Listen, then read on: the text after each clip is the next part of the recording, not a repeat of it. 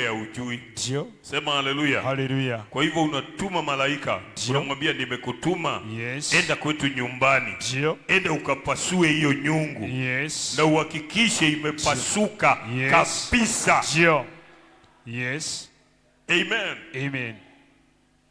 Unajua Wafilisti Ndio. walivamia wana wa Israeli. Ndio. Sema amen. Amen. Wakachukua sanduku ya agano. Ndio. Haleluya. Amen. Na hiyo sanduku ya agano Ndio. ni ile ilikuwa na zile amri 10 Ndio. ambazo Mungu alimpatia Musa Ndio. awapatie wana wa Israeli. Ndio. Hiyo sanduku ya agano ni ile ilikuwa na kile kijiti Ndio. cha Aaron kilikuwa kimekauka. Ndio. Lakini kilipowekwa ndani ya sanduku ya agano kikamea. Ndio. Hiyo sanduku ya agano ni ile ilikuwa na bakuli. Ndio. Ilikuwa na mana. Kile chakula walikula wakitoka Misri. Sema haleluya. Haleluya. Wafilisti Ndio. kwa ujinga wao.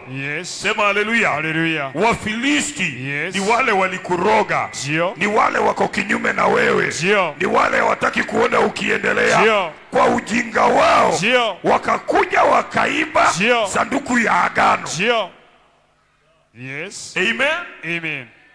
Hello. Kwa sababu wale wanapigana na wewe ama wanapiga na sauti ni mzuri. Asante.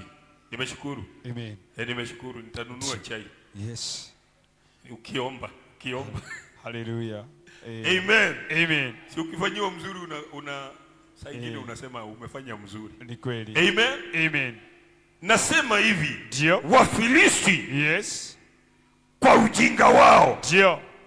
Ambia jirani yako ule alikuroga. Yule alikuroga. Kwa ujinga wake. Kwa ujinga yake. Atapata hasara. Atapata hasara.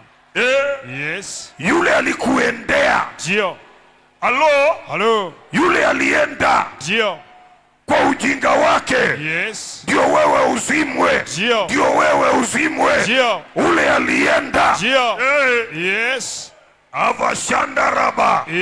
Haleluya. Amen. Yule alikuendea. Ndio. Sivyo ndio mnasemaga? Aliniendea. Uliza jirani yako alikuendea wapi? Alikuendea wapi? Yes. Yule alifanya hiyo. Ndio. Yes. Kwa ujinga wake. Ndio. Yeye na watoto wake. Ndio. Kuanzia leo watapata hasara. Ndio. Yeye na watu wao. Ndio. Kuanzia leo watapigwa. Ndio. Yes. Yes. Halo. Unajua kama kuna ahadi Mungu alipatia Ibrahimu na nikafurahi. Mungu alimwambia Ibrahimu, ule atakubariki. Ndio. Geukia jirani yako mwambie ukinibariki Mungu anaweza kukubariki wewe. Ukinibariki Mungu atakubariki wewe. Yule atakubariki. Nitambariki. Ndio. Haleluya. Amen. Unaona watu wa Mungu vile tumebarikiwa. Wakitaka kubarikiwa watubariki kwanza. Ndio. Hebu geukia jirani yako mwambie Mungu anakupenda wewe. Mungu anakupenda wewe. Yes. Ayubu alipitia mambo magumu. Ndio. Amen. Lakini baada ya mambo yote, wale wazee na wale wakuu wa mji wa Uzi. Haleluya. Amen. Mungu aliwaambia endeni kwa Ayubu. Haleluya. Yes. Pia jirani yako wanakuja kukuinamia. Mwambie wanakuja kukuinamia. Mungu aliwaambia ikiwa mnataka mubarikiwe endeni kwa Ayubu. Yes.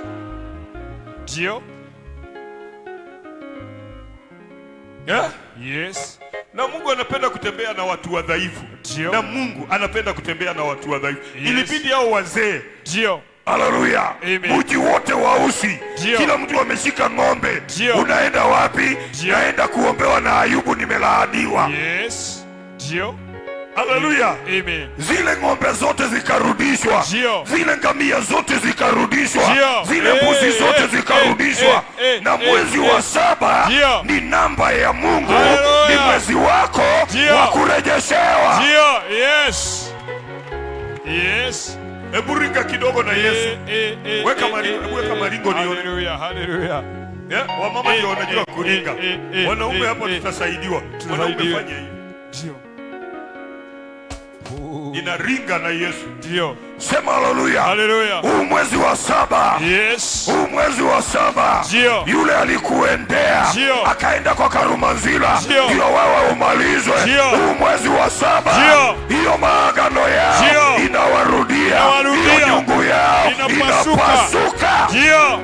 Yes. Yes. Ndio. Yaani kila mtu amepanga laini kwa Ayubu. Yes. Haleluya. Haleluya. Amen. Amen. Na Mungu akampatia wasichana wengine wazuri. Ndio. Matajiri walikuwa wanatumana kwa Ayubu. Ndio. Wanatuma ng'ombe na malori. Ndio. Wanasema tupatieni kamsichana kamoja. Ndio. Kwa Ayubu kuna wasichana wazuri. Ndio. Sema haleluya. Haleluya. Ni kwa maana walikuwa na uzuri wa kuonekana. Ndio. Na uzuri wa kiungu pia. Ndio. Yes. Yes. Kaa kidogo. Haleluya. Najua umeamka sasa. Haleluya. Amen. Ule alikuendea. Ndio. Haleluya. Amen. Ambia jirani yako ule alikuendea. Yule alikuendea. Walienda usiku. Walienda usiku. Haleluya. Haleluya. Lakini hiyo uchawi yao italipuka mchana. Hiyo maagano yao inalipuka. Ndio. Mchana. Yaani Mungu kwani alipenda Ibrahimu namna gani? Yes. Ule atakubariki. Ndio. Nitambariki. Ndio. Na ule atakulaani. Ndio. Na ule atakulaani. Ndio. Ambia jirani yako na ule atakulaani. Na yule atakulaani. Geukia jirani yako msalimie, mwambie na ule atakulaani. Na yule atakulaani. Mwambie na ule alikuendea. Na yule alikuendea. Na ule alienda kinyume na wewe. Alienda kinyume na wewe. Na huyo alisema hautaendelea. Ndio. Hata yeye kuanzia leo amelaaniwa. Amelaaniwa. Yes. Avashandaraba. Ndio. Lazima utaendelea wewe. Ndio. Utainuka na mabawa ya tai. Ndio. Utaruka juu kama tai. Ndio. Utapiga, utaenda. Ndio. Utapanda hiyo ndege na utaendelea. Ndio. Na wale wazungu wanakuja kwenyu. Ndio. In the mighty name of Jesus. Yes. Amen. Amen. Kwani unazima kidogo? Ama siku hizi uko na remote? Ni remote. Haleluya. Amen. Sema amen. Amen. Ambia jirani yako na ule alikuendea. Na yule alikuendea. Na ule alienda huko. Na yule alienda huko. Akachukua madawa. Akachukua madawa. Akapewa nyoka. Akapewa nyoka. Hiyo nyoka tunaipasua leo. Tunaipasua leo. Hiyo nyoka tunaibomoa leo. Hiyo nyoka iko ndani ya hiyo nyungu. Hiyo nyoka tunaimaliza leo. Hiyo mapepo yao tunaimaliza. Piga kelele ichomeke. Haleluya. Yes. Ndio. Sema haleluya. Haleluya. Lazima utapata pesa. Mwambie lazima utapata pesa. Lazima utapata pesa. Ndio. Unaenda kubarikiwa wewe. Ndio. Na unaenda kuinuliwa. Ndio. Amen. Amen. Sasa Wafilisti, ninaenda polepole ndio ushike kila point. Ndio. Shika kila kitu mzuri. Shika kila kitu mzuri. Mwambie hii mambo ya kuhubiriwa na ujui neno la Mungu. Wachana nayo. Wachana nayo. Hii mambo ya kujijaza kichwa na TikTok. Ndio. Na tactic. Ndio. Na mawazo mingi haitusaidii. Tuachane nayo, tushike neno ya Mungu. Neno ya Mungu li hai ndani ya maisha yako. Amen. Sema amen. Amen. Sasa sikiza. Ndio. Wafilisti. Ndio. Ambia jirani yako Wafilisti. Wafilisti. Mwambie Wafilisti ni maadui zako. Wafilisti ni maadui zako. Maadui zako. Unajua walikuwa, unajua wanatudharau ni kwa sababu hawajui Mungu wetu. Yes. Ndio. Na itabidi wamjue. Ndio tuheshimiane. Ndio. Haleluya. Amen. Itabidi Mungu ashuke leo. Ndio wamjue. Ndio wawachane na wewe. Ndio wamjue. Ndio wawache mtoto wako wasome. Ndio wamjue. Ndio wawache nyumba yenu iendelee. Ndio wamjue. Ndio hiyo nyumba ulianza kujenga iwachiliwe, imaliziwe. Hiyo miradi imekwama, kuanzia leo haitakwama tena. Sema haleluya. Yes. Amen. Amen. Wafilisti kwa ujinga wao. Yes. Amen. Amen. Wakakaa chini wakaambiana, na hawa wana wa Israeli hii nguvu yao inatokanga wapi? Kama mtu kamoja kabroka, ndio, kakawaambia ndio, wako na sanduku ya agano, ndio, walipewa na Musa, ndio, iko na fimbo ya Aaron, yes, na iko na ile chakula ya mana. ndio, Hao watu, yes, tukichukua hiyo sanduku ya agano, ndio, tutawashinda. yes, ndio. Unajua wanaulizana, yes, huyu ameendelea namna gani? Ndio. Tulimroga akufe na bado hajakufa. Sema tuko na sanduku ya agano. Sanduku ya agano. Ambia jirani yako tuko na sanduku ya agano. Sanduku ya agano. Yes. Wao wako na nyungu ya uchawi, wako na nyoka, wako na mzee kobe. Ndio. Hiyo toto isiyo ya kuzima maendeleo, lakini sisi tuko na Jehova, na tuko na sanduku ya agano. Inua sanduku yako ya agano. Uinue Biblia. Haleluya. Sanduku ya agano. Sanduku ya agano sio simu, wewe inua Biblia. Sanduku ya agano. Inua Biblia. Ndio. Kama huna Biblia, weka kidole useme niko na Jehova. Niko na Jehova. Amen. Haleluya. Haleluya. Ambia jirani yako niko na Jehova. Niko na Jehova. Wale wanakuroga leo tunawaambia Mungu atashuka mahali hapa leo, na maagano yao inawarudia, na mapepo yao inawarudia. Piga kelele. Haleluya. Haleluya. Amen. Wachana na boyfriend msichana. Hawezi kukusaidia. Huenda ikawa hata ulirogwa, ndio amekuja kwa maisha yako akumalize. Yes. Ati niko na mwanaume. Ambia jirani yako mwanaume ni Yesu. Mwanaume ni Yesu. Mwambie mwanaume ni Yesu. Mwanaume ni Yesu. Haleluya. Hata sisi tunamtegemea Yesu. Wachungaji tunamtumainia Bwana. Sema haleluya. Haleluya. Leo ni lazima. Haleluya. Amen. Ule alikuendea apigwe na Mungu leo. Lazima apigwe na Mungu leo. Ule alienda kukuroga anapigwa leo. Waliokulaani wanapigwa leo. Sema wapigwe. Wapigwe. Na ninasikia nguvu ya kuwapiga. Yes. Haleluya. Amen. Sema amen. Amen. Wafilisti wakaenda wakachukua sanduku ya agano. Wakabeba. Na Mungu akawaruhusu wabebe. Unajua hawangeweza. Hawangeweza. Hata yeye unaona wanakujaribu, ni Mungu amewaruhusu. Ambia jirani yako hawakuwezi. Hawakuwezi. Hawakuwezi. Hawakuwezi. Hii majaribu unapitia wameruhusiwa. Yes. Amen. Amen. Hii kaugonjwa kana kusumbua wameruhusiwa. Yes. Na wao wanajigamba pale, ameenda hospitali, amepimwa, ameambiwa asikule hii, asikule hii, wanajigamba. Ni kuruhusiwa kidogo, waliruhusiwa. Lakini Mungu anasema enough is enough. Kuanzia leo maadui wageuke waende kwao. Wageuke waende kwao. Sema waende kwao. Waende kwao. Sema wanaondolewa. Wanaondolewa. Hakuna mtu atakuzuia wewe. Hakuna mchawi atakuroga wewe. Ambia jirani yako wachanaga na uoga wewe. Wachana na uoga wewe. Tutaenda wapi na mashamba imeisha? Yes.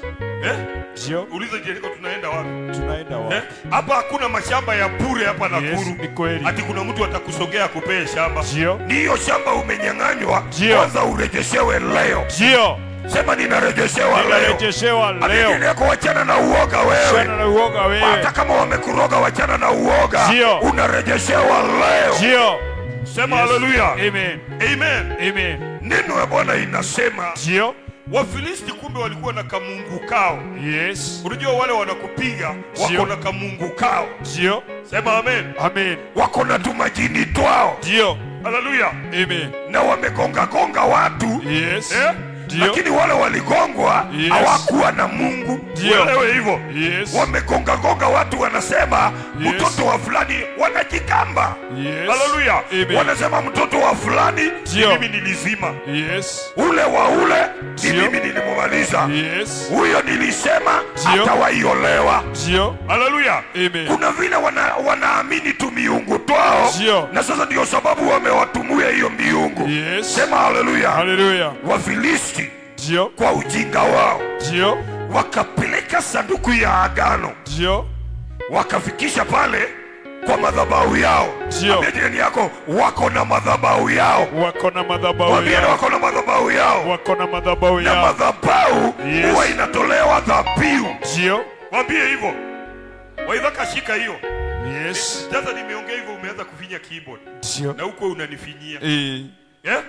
Ukae ukijua Wafilisti wako na madhabahu yao. Ndio. Ambia jirani yako wako na madhabahu yao. Wako na madhabahu yao. Na hizo madhabahu yao Ndio. wanapelekanga kuku, wanapeleka mbuzi, Ndio. wanatoa mang'ombe, ndio wewe usiendelee. Ndio. Sema haleluya. Haleluya. Kwa hivyo na wewe angalia madhabahu yako ile umepewa. Ndio. Uwekelee dhabihu kwa madhabahu yako. Ndio. Amen. Amen. Halo. Inawezekana shida sio Mungu na sio madhabahu. Yes. Shida ni dhabihu. Ndio. Kuna uwezekano mkubwa. Yes. Ambia jirani yako shida ni utoaji dhabihu wewe. Shida ni utoaji dhabihu. Wewe utakaki kutoa dhabihu. Ndio. Wewe ndio unafanya wachawi wanatuaibisha hapa. Yes. Ndio. Halo. Sadaka kidogo ile inapelekwa kwa mganga ni nini? Ni kuku. Ni kuku. Ndio. Ambia jirani yako walikuroga na kuku. Wanakuroga na kuku aje. Ndio. Mawewe unarogwaji na kuku. Ndio. Kuku jogo ile kubwa ni pesa ngapi? 1500. Na wewe huwezi tafuta 1500 hapa utolee Mungu. Ukitoa 1500 hapa unatoa jasho ni kama huyu mhubiri wako. Ndio. Unatoa jasho ni kama umenyongwa. Ndio. Yes. Hii ndio mnawapea nguvu. Ndio. Utangojea mpaka wamalize hiyo biashara yako. Utangojea mpaka wakuroge. Wao ule anakuroga ameamuka asubuhi. Ndio. Naona mzee ameshika unaona wewe ameanza kustuka. Kustuka hivyo haitakusaidia. Haitakusaidia. Yes. Kushona nguo ya kwaya haitakusaidia. Ndio. Amen. Hadi kusema nimejazwa riba shaka haitakusaidia. Ndio. Amen. Amen. Ule amekuroga ameamuka na jogo ile kubwa. Yes. Amen. Amen. Ambia jirani ni wewe unaambiwa tusikilize. Ni wewe unaambiwa. Ameamuka na jogo ile kubwa. Ndio. Yes. Amepelekea mganga jogo. Ndio. Mganga anamwambia hii ni mnono, hii ni mzuri, itafanya kazi. Ndio. Amen. Amen. Sasa wewe unangojea saa ya kutoa sadaka, unachuna mtoto. Ndio. Anapiga nduru ndio utoke nje. Yes. Wewe ndio umeharibu mambo. Ndio. Mwambie wewe ndio umeharibu. Wewe ndio umeharibu. Yes. Nyinyi ndio mnaharibu. Ndio. Unajua tunaweza kaa kwa madhabahu hii. Ndio. Ambayo imejaa utajiri. Ndio. Na tukae na umasikini. Ndio. Na hiyo ni aibu. Ndio. Hiyo ni aibu. Ni aibu. Ambia jirani yako hiyo ni aibu. Ni aibu. Haiwezi kuwa baba yetu amebarikiwa anajenga kanisa ya 50,000 sita na sisi hapa tunasonga songa tu. Ndio. Haleluya. Amen. Mtu ambia jirani yako mtoto anakaanga kama baba yake. Mtoto anakaanga kama baba. Mtoto anakaanga kama baba yake. Ndio. Amen. Amen. Amen. Amen. Baba akiinuliwa huko na sisi tunainuliwa hapa. Ndio. Sema haleluya. Haleluya. Wakinunua magari pande ile na nyinyi mnabarikiwa na magari. Yes. Sema haleluya. Haleluya. Wakianza mabiashara makubwa na nyinyi pia mnapokea. Ndio. Pokea, ambia jirani yako pokea roho ya baba wewe. Pokea roho ya baba. Pokea roho ya baba. Pokea roho ya baba. Sema haleluya. Haleluya. Leo tunaongea na Wafilisti wa kwenyu nyumbani. Wale walisema huwezi jenga nyumba, huwezi ukajenga choo. Wafilisti wanaachilia. Ambia jirani yako wanaachilia. Wanaachilia baraka yako. Mambo ingine tukatae. Ndio. Yes.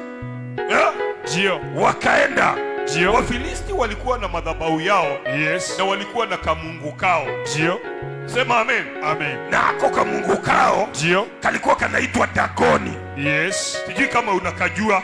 Ndio. Haleluya. Amen. Wale wamekuroga wako na miungu yao. Ndio. Wengine wanatumia panya. Ndio. Wengine wanatumia popo. Ndio. Wengine wanatumia nyoka. Ndio. Na leo tunabomoa kila kitu. Haleluya. Hiyo nyungu ya mchawi leo tunaipasua. Hiyo nyungu tunaipasua.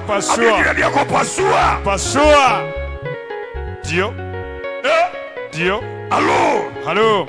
Mama pasua. Pasua. Haleluya. Amen. Leo tunapasua. Ndio. Na tukipasua tunainuliwa. Tukipasua tunabarikiwa. Tukipasua tunaendelea. Tukipasua tunajenga manyumba. Ndio. Yes. Yes. Sema haleluya. Haleluya. Na ile mtego wamekuwekea iwashike wao. Ndio. Haleluya. Amen. Mahali wamekungojea hawatakuona. Ndio. Yes. Mungu atakupatia mabawa ya tai. Ndio. Sema haleluya. Haleluya. Wanakungojea hapa chini, unapitia juu yao. Wanakungojea pale, unapitia hapa. Wewe unapenya na unaendelea. Sema nitaendelea. Nitaendelea. Niwe liwalo nitaendelea. Wanikatae nitaendelea. Wanipige nitaendelea. Piga kelele. Haleluya. Amen. Amen. Unisikilize kwa makini. Ndio. Kwa sababu niko ndani ya roho. Ndio. Sema haleluya. Haleluya. Wakaenda wakapeleka sanduku ya agano, wakaekelea kale ka mungu yao anaitwa Dagoni. Haleluya. Amen. Lakini asubuhi mapema, asubuhi, ambia jirani yako asubuhi mapema. Asubuhi mapema. Mwambie wewe ndio unakujaga hapa umechelewa. Mwambie hata wale wamekuroga, walikuroga mapema. Wale wamekuroga, walienda kukuroga mapema. Lakini hujarogeka. Juu uko ndani ya mafuta, uko chini ya uvuli, uko chini ya uvuli, wewe huwezi rogwa. Sema haleluya. Lakini walienda mapema, na kwa sababu walienda mapema, na wewe kujanga mapema. Si nikusomee kidogo. Unisomee wapi? Samueli wa pili mlango wa 5. Mstari wa 3. Kwa ufupi. Kesho yake asubuhi, watu wa mji wa Shidodi waliamuka, waliona sanamu ya kesho yake asubuhi. Si inasema hivyo? Asubuhi. Unaona tuko ndani ya roho. Amen. Ni asubuhi. Ndio. Ambia jirani yako ni mapema. Ni mapema. Mwambie ni kuwahi mapema, ni kuwahi mapema. Wakikuyu wanasema ni kuumiria. Kuumiria tene. Kuumiria tene. Sio unasuba hapo unalala hapo unalala. Hii usingizi yako ni mingi wewe. Ndio. Uko na usingizi mingi sana na ulipi pesa. Kama kulala ni kulipwa, wewe lala. Amen. Lakini kama kulala ni kuamka umechelewa, na ujua kunywa chai, na mambo iko hivyo, wewe umeria tene. Mwambie hivyo. Umeria tene. Mwambie na kikabila yenu. Umeria tene. Mwambie na kikabila yenu, mwambie tokeanga mapema. Umeria tene. Mwambie chomoka. Kushomoka, ishomo. Ndio. Pale hata ule mnaambiwa hapo muamkage mapema. Ndio. Mzee anasema mumsikilize, yeye ni mzee. Wewe mnaamka mapema. Ndio. Nitakupea kitu leo. Kama nikupea saa hii. Nikupea. Ashika. Kwa hiyo. Ni nani mwingine hapa ni shika. Shika hata wewe. Sasa umeenda wapi? Si urudi hapa. Ukiona pesa unashikwa na wazimu na wewe. Kaa pale. Ule amkage mapema. Enda wika lebo. Kala hapo. Ndio ukae hapo. Amen. Kaa hapo. Ndio. Sema amen. Amen. Mzee akiona pesa wazimu inaishanga. Kuna mtu alimuroga juu ya shamba, lakini leo Mungu aingilie kati leo. Mungu aingilie kati leo.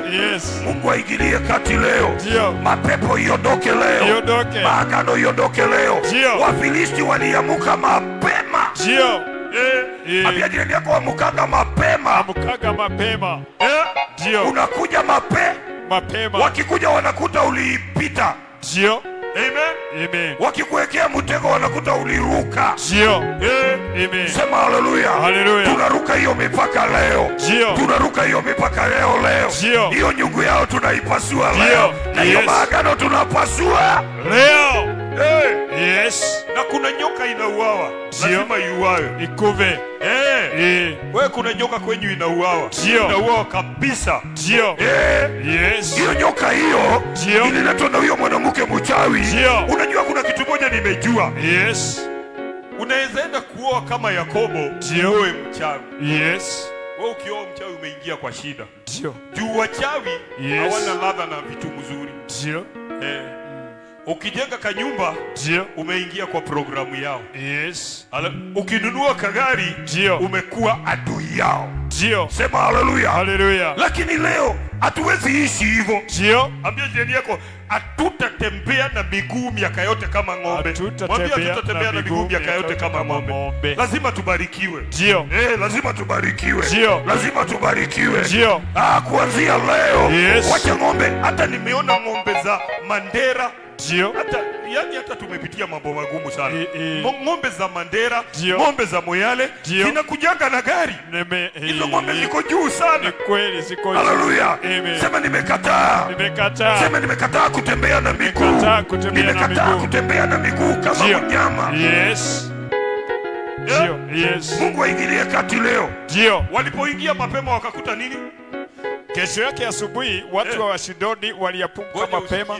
Sanamu ya Dagoni imeanguka kifudifudi. Walikuta, unajua walienda wakaeka sanduku ya agano, wakidhania sanduku ya agano itawezwa. Ndio. Mungu wetu hajawahi wezwa. Yes. Ambia jirani yako Yesu hajawezwa. Yesu hajawezwa. Huyu mwanaume ndio mwanaume. Ndio. Wachana na wanaume wengine. Ndio. Wanaume wengine wasipomtegemea hawatatoboa. Ndio. Sema haleluya. Haleluya. Huyu mwanaume ndio mwanaume. Ndio. Mwanaume ameshinda kifo na mauti. Ndio. Na siku ya tatu kama vile alivyowaambia, wakaenda kaburini, wakakuta hayuko. Ndio. Haleluya. Amen. Na wakakuta malaika pale akiwa amefingirisha lile jiwe, akawaambia, endeni mkawaambie wanafunzi wake pamoja na Petero vile aliwaambia. Haleluya. Amen. Amewatangulia, ameenda Galilaya. Yes. Sema haleluya. Haleluya. Akakutana na wale wawili wakienda Emau. Sema haleluya. Haleluya. Wale walikuwa wanaenda Emau wakamuuliza, wewe ni nani? Haleluya. Hawakuwa wanamjua. Juu alitoka na utukufu wa mbinguni. Sema haleluya. Na mimi natangaza leo, unaenda kuinuliwa, unaenda kufufuliwa. Hiyo kaburi ya presha inaondolewa, hiyo kaburi ya sukari inaondolewa, hiyo maagano yao inaondolewa. Piga kelele. Haleluya. Yes. Wakakuta Dagoni amekufa ama wakaisimamisha tena. Ndio akufe. Ni kisanamu. Ilianguka kifudifudi mbele ya sanduku la agano. Dagoni ni ile michongo ya ukambani. Ndio. Inanga uhai. Ndio. Sema wakaisimamisha tena sanamu ya Dagoni. Wakasimamisha hicho kisanamu hapo. Wakakiacha hapo. Na kuiweka tena mahali pake. Wakakiweka hapo. Sikia nikuambie. Walifanya hivi. Ndio. Wakakuta mungu wao Dagoni. Ndio. Sanamu yao ya Dagoni imeinamia sanduku ya agano, imeanguka chini, lakini sanduku ya agano imesimama. Ndio. Haleluya. Amen. Sema amen. Amen. Sasa ni vita, hiyo ni vita katika ulimwengu wa rohoni. Yes. Haleluya. Amen. Ikitoka rohoni, tukifika hapa tunaanza kuinuliwa, tunabarikiwa, tunaendelea. Piga kelele. Haleluya. Haleluya. Haleluya. Wakakuta Dagoni ameanguka. Lakini kesho yake asubuhi walipoamuka waliona kuwa sanamu ya Dagoni imeanguka kifudifudi mbele ya sanduku la agano. Imeinama hapo. Kishwa, miguu na mikono ya sanamu hiyo vyote vilikuwa vimekatika. Sikiza sasa, sikiza. Wafilisti kwa ujinga wao. Ndio. Wale walisema watakumaliza kwa ujinga wao. Yes. Na wewe Mungu akakusaidia, ukakuja jisasuina. Yes. Ndio. Sema haleluya. Haleluya. Waliposema wanakumaliza, wewe Mungu akakuongoza. Haleluya. Ukakuja jisasuina. Mahali ambapo watu wa jisasuina hawarogangwi. Yes. Haleluya. Amen. Sisi hapa ni akina Mordekai. Wanaitwa Wayahudi. Wa jisasuina. Hawarogwi. Ambia jirani yako, mwambie jisasuina hawarogangwi. Jisasuina hawarogangwi. Mwambie wacha kushinda ukijikuna. Wacha kushinda ukijikuna. Ukisema ati pastor na aishe. Wacha kushinda ukifanya hivyo ukisema na pastor uishia hapo. Yes. Utajikuna mpaka ujitoboe. Ndio. Amen. Amen. Mwambie hapa haturogwi. Hapa haturogwi. Sema amen. Wakakuja wakaangalia Wafilisti mapema. Ndio. Kuangalia tena mapema wakakuta kichwa imepasuka. Yes. Mguu imetoka. Yes. Mkono imetoka. Ndio. Mgongo ya Dagoni imevunjika. Ndio. Hai, Dagoni amevunjika. Inaitwa beyond repair. Yeah. Ndio.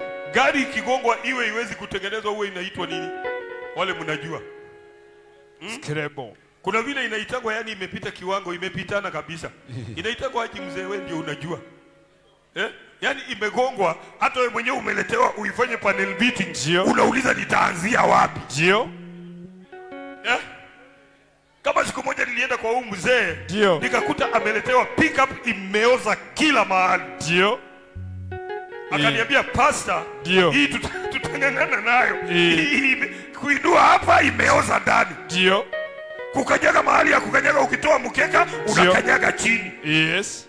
Nikamuuliza hii itakuwa, kaniambia tutajaribu. Ndio. Mwenye hiyo gari yeye mwenyewe alikuwa anaendesha hiyo gari, ilikuwa ya maziwa. Mwenye hiyo gari alikuja hapo, akalia akasema hii sio gari yangu. Ndio. Akauliza vile imepomolewa hivi itawahi kuwa, na akaenda. Ndio. Sema haleluya. Haleluya. Hivyo ndio tunafanya Wafilisti, wale wanakuroganga, wale wanasemanga nyumba yako haiwezi endelea. Tunawaweka beyond repair. Ndio. Sema amen. Amen. Hata Dagoni iteni wa upili. Ndio. Iteni mapaneli pita. Ndio. Iteni watu wa welding. Washikanishe Dagoni tuone. Ndio. Dagoni hawezi shikana tena.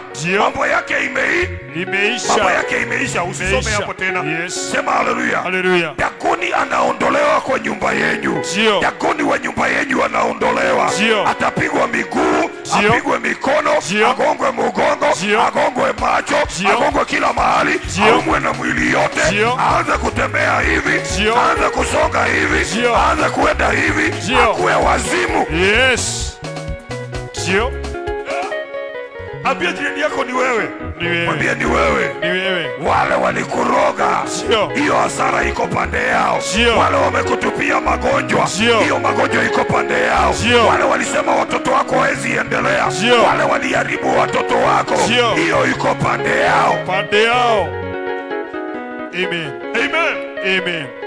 Haya, sasa soma mahali nilikwambia usome. Katika kitabu cha Yohana 3, mstari wa 10. Ndio sasa tunaanza kuhubiri. Mstari wa 14. Na kama vile Musa alivyomuinua yule nyoka, kama vile Musa alivyomuinua yule nyoka jangwani, alimuinua yule nyoka jangwani, vivyo hivyo yule nyoka wa shaba. Yes. Vivyo hivyo mwana wa Adamu hana budi kuinuliwa, ila kila mtu aminiye, ili kila mtu amuaminie awe na uzima wa milele, katika yeye. Leo niko na habari njema kwako. Nataka uelewe ya kwamba Yesu ameinuliwa. Ambia jirani yako Yesu ameinuliwa. Yesu ameinuliwa juu. Yesu wetu hayuko kaburini. Yesu wetu ameshinda majaribu. Yesu wetu anaweza yote. Sema haleluya. Haleluya. Leo kama vile Musa alimuinua yule nyoka wa shaba jangwani. Unajua wana wa Israeli walikuwa wanataka kuendelea, lakini kuna nyoka zilikuwa zinawauma. Haleluya. Amen. Ninajua unataka kuendelea, lakini kuna nyoka inakuuma. Ukijaribu kujenga kanyumba unaumwa. Ukijaribu kubarikiwa unaumwa. Ukipata tu pesa kidogo umeumwa. Haleluya. Kama sio hizi nyoka ungekuwa tumeendelea, ungekuwa mbali wewe. Kama sio hizi nyoka ungekuwa umeinuliwa. Kama sio hizi nyoka ungekuwa na ndoa. Lakini ni nyoka zimetengenezwa. Ukiolewa wanaanza vita na wewe. Uliza jirani yako wewe umeumwa wapi? Umeumwa wapi? Mwambie nimeumwa kiuno. Kama sio hizi nyoka ungekuwa mbali. Ambia jirani yako kama sio hizi nyoka ungekuwa mbali wewe. Kama sio hizi nyoka ungekuwa mbali. Haleluya. Amen. Na leo kila nyoka imekuuma, leo inaondolewa. Kila nyoka imekuuma, inaondolewa. Nyoka ya mchawi inaondolewa. Nyoka ya muganga inaondolewa. Sema haleluya. Haleluya. Hata wale walitaka kukusaidia waliumwa. Na wewe unalalamika hawanisaidii. Amen. Leo wale wanafaa kukusaidia watapona. Watu wetu wanapona. Washirika wetu wanapona. Nakuru tunapona. Kenya tunapona. Kuna nyoka zimeachiliwa. Yako ni nyoka imeachiliwa. Ni nyoka imeachiliwa. Wana wa Israeli walikuwa wanaendelea. Imagine uko jangwani na vile jua imewaka na nyoka inakuuma. Yes. Ndio. Haleluya. Amen. Imagine uko kwa safari na vile mambo ni magumu na bado unaumwa. Ndio. Haleluya. Amen. Kuna nyoka zimeachiliwa. Ndio. Muumwe msiendelee. Ndio. Lakini kuanzia saa hii ndio suluhisho inapatikana. Njia inapatikana. Tunainuliwa. Sema haleluya. Haleluya. Amen. Amen. Hiyo nyoka leo inaumanga watoto wenyu na ilikuuma ikakuweka sumu. Hiyo sumu ya nyoka tunaitoa leo. Inaondolewa leo. Hiyo sumu ya mapepo inaondolewa leo. Hiyo sumu ya mateso inaondolewa leo. Hiyo sumu ya mchawi inaondolewa leo. Hiyo sumu ya maagano inaondolewa leo. Piga kelele. Haleluya. Yes. Ndio. Zingine zinatumanga usiku mkiwa mmelala. Ndio. Zinawauma. Yes. Zimeuma mpaka mifuko ya washirika hapa. Ndio. Amen. Amen. Hapana, leo watakuachilia. Yes. Sema haleluya. Haleluya. Na Musa akawaambia nini? Kama vile Musa alivyomuinua juu nyoka wa shaba kule jangwani, naye mwana wa Adamu hana budi kuinuliwa vivyo hivyo. Ila kila anayemwamini, ili kila amwaminie awe na uhai wa milele. Yes. Mwambie jirani yako, kuanzia leo utapumua vizuri. Kuanzia leo utapumua vizuri. Hata corona, mwambie hata corona ni nyoka. Hata corona ni nyoka.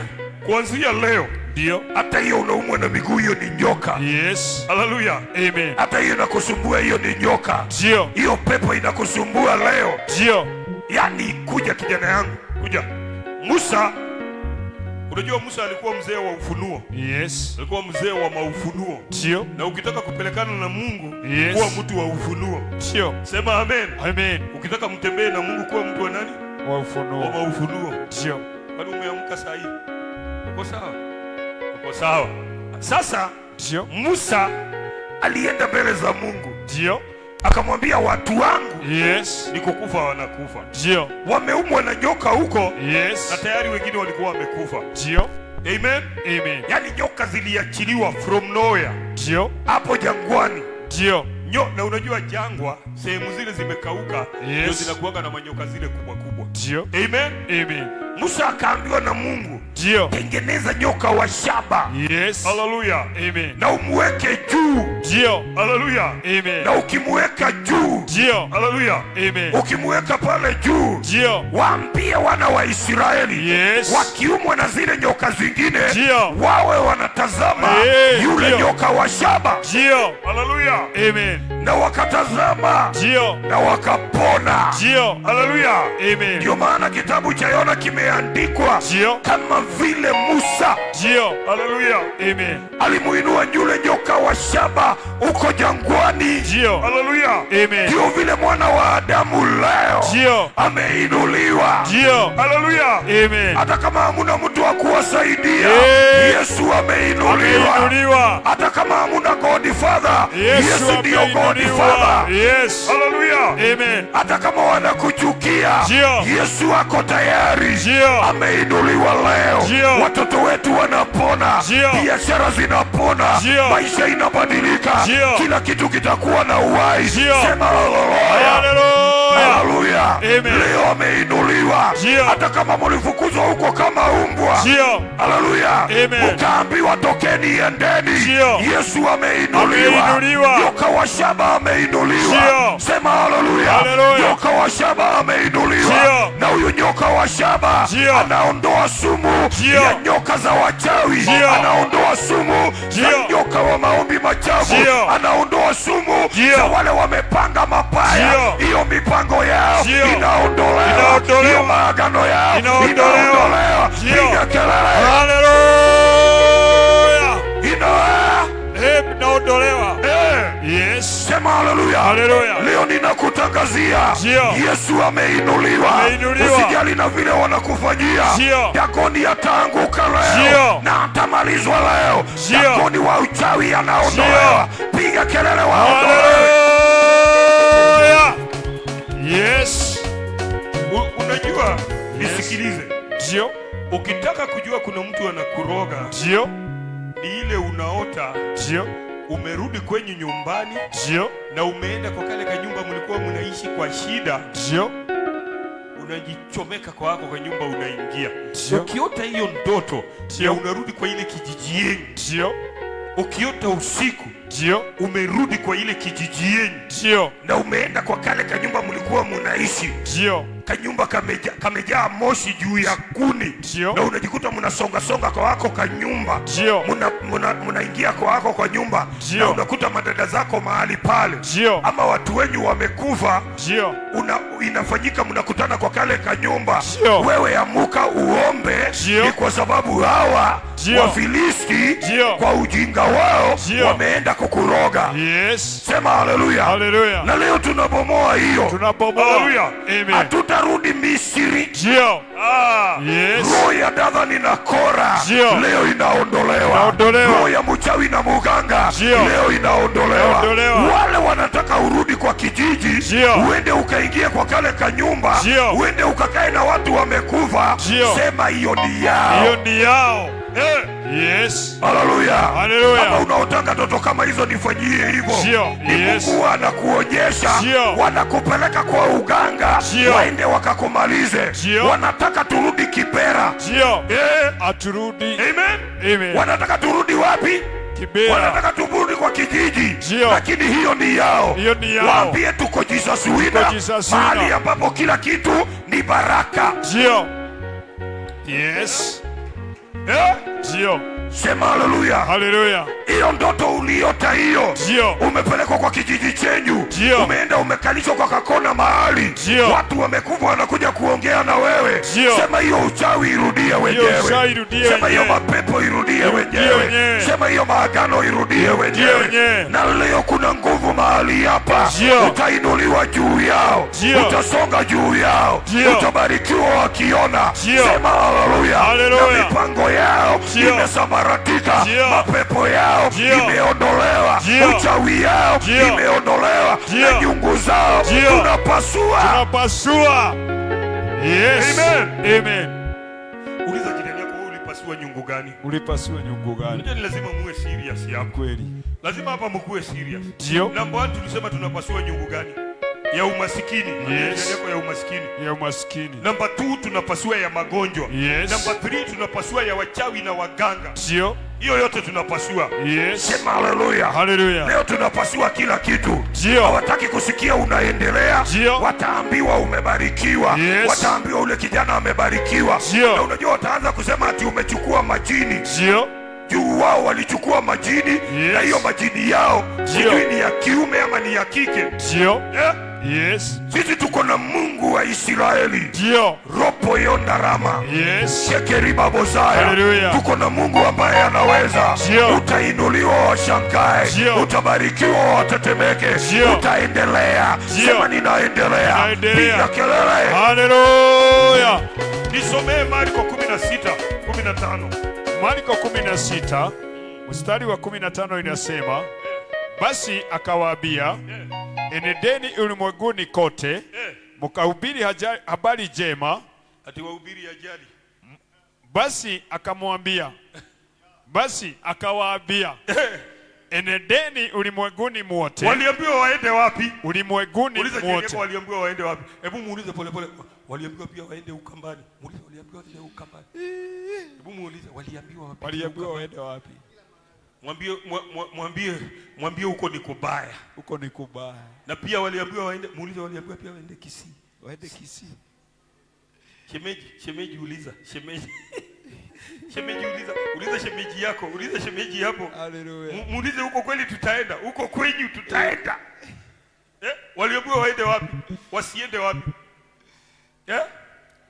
Ya kile tumepewa ni nini? Ndio. Unajua mtu anaangalianga kile amepewa. Unajua ukipewa pesa na utumwe mahali, unahesabu fare ni ngapi ama mafuta ni kiasi gani? Si ni kweli? Unapima. Hebu uliza jirani yako, wewe unaona tutaenda huko kweli?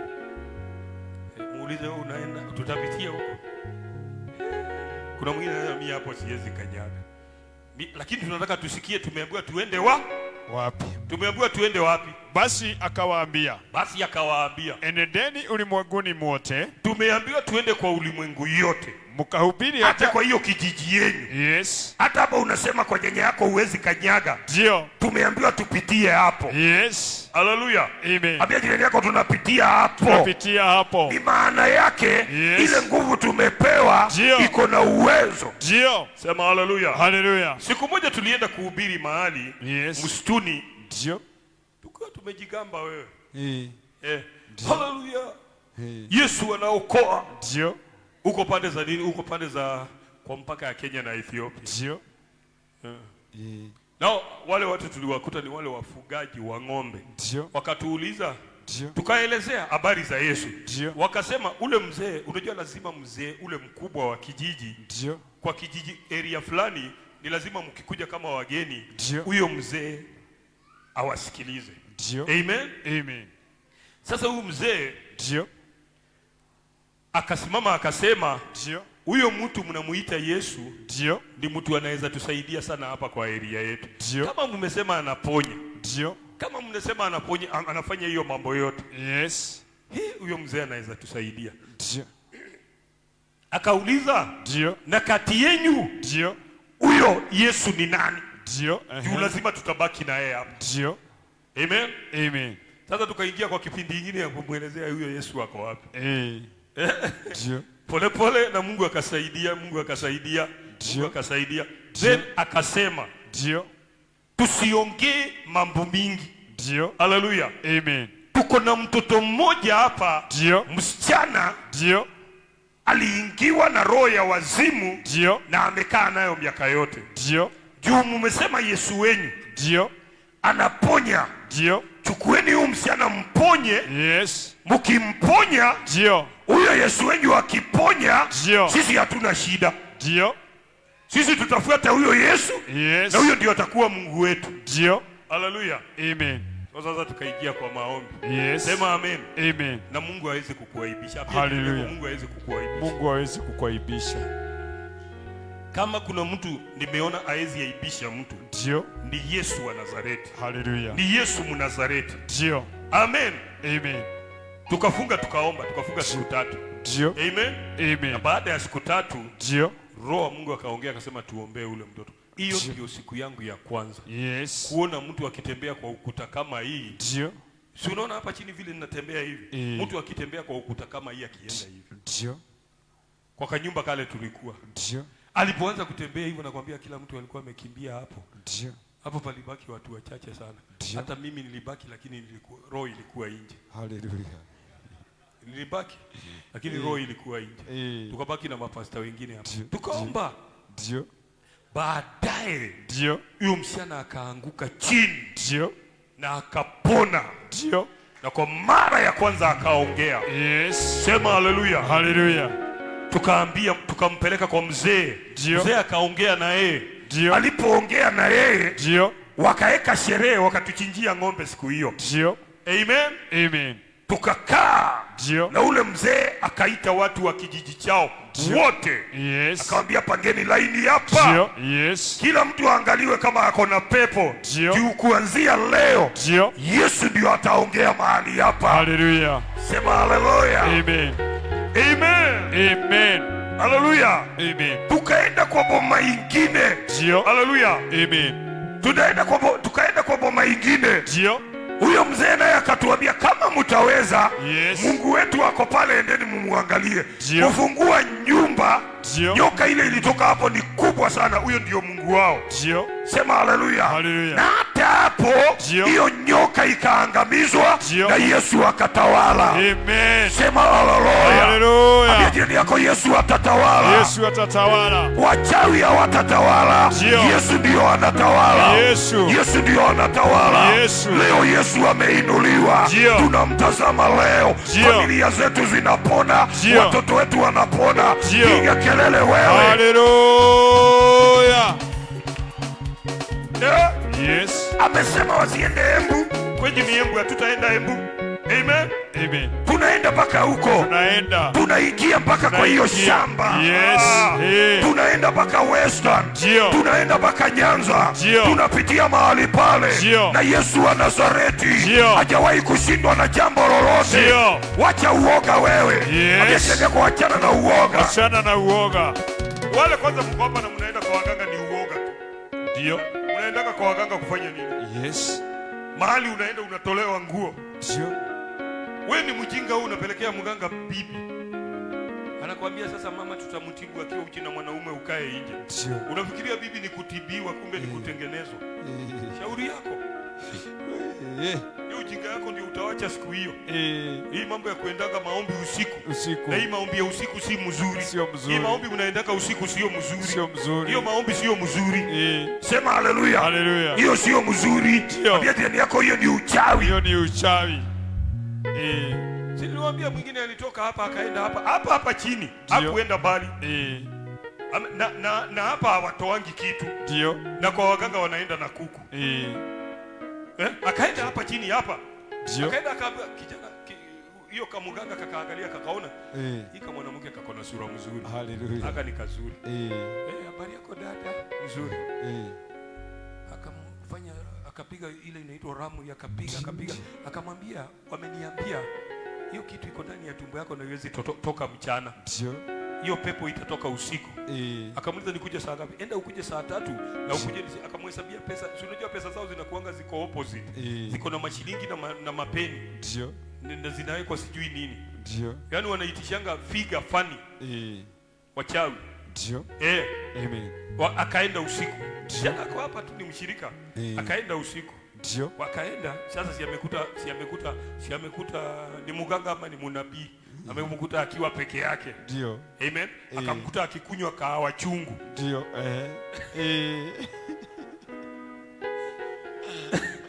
Kumbe anamngojea.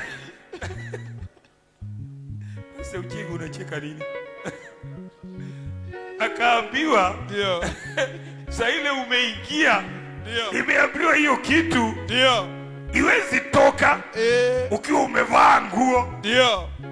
Ingia kwa ile karum na utoe nguo zote. Ndio. Sasa unangojea nikuambie hiyo mambo yote ya karum. Wewe hata wewe uko na tabia mbaya. Ndio. Wewe hata wewe uko kama mzuri. Milango ikafungwa. Ndio. Milango ikafungwa. Ndio. Na ni usiku. Ndio.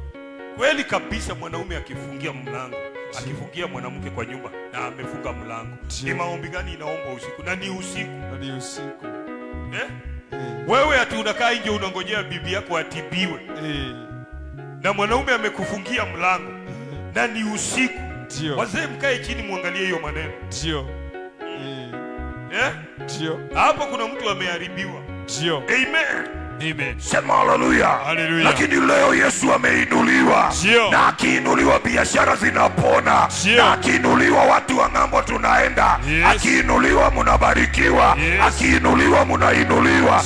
Akiinuliwa mnaendelea. Si eti kwamba wewe una uwezo wa kujenga nyumba. Ni nyoka zilikuuma. Zilikuuma unaumagwa. Ukipata pesa unakuwa mgonjwa. Sasa ile una pesa hakuna mgonjwa. Ni nyoka. Hiyo nyoka iko na akili. Tuombe leo tunyang'anye hizo nyoka akili. Amen. Tumalize hizo manyoka. Tunamaliza. Akawaambia enendeni wapi? Enendeni ulimwenguni kote. Tunaenda kila mahali. Pastor Washira. Tunaenda kila mahali. Mzee tunaenda kila mahali. Wachana na uoga. Tunaenda kila mahali. Yaani tumepewa protection ya kwenda kila mahali. Akawaambia enendeni ulimwenguni kote. Mkaihubiri injili njema kwa kila kiumbe. Hapa. Ministry for nations. Hii maono iko sawa hii. Maono tulipewa maono mzuri. Hii maono iko hakika. Amen. Tunaenda mataifa yote. Tunafanya biashara kila mahali. Amen. Watu wengine hapa wanasema wako na shida. Na tulienda mazishi nikaona uko Ukambani machungwa masandara. Badala mshikane muendee masandara mkuje muuze hapa. Na unajua machungwa hiyo inasaidia watu mambo ya immune. Ndio. Uliza jirani yako, wewe hujui machungwa imeiva Ukambani. Wewe kitu ile unajua ati ni Wakamba ni wachawi. Ujuangi Wakamba wako na machungwa the best duniani. Kuna kitu kingine unajua wewe? Unaona vile umejifunga? Huyu Clinton ameenda wapi?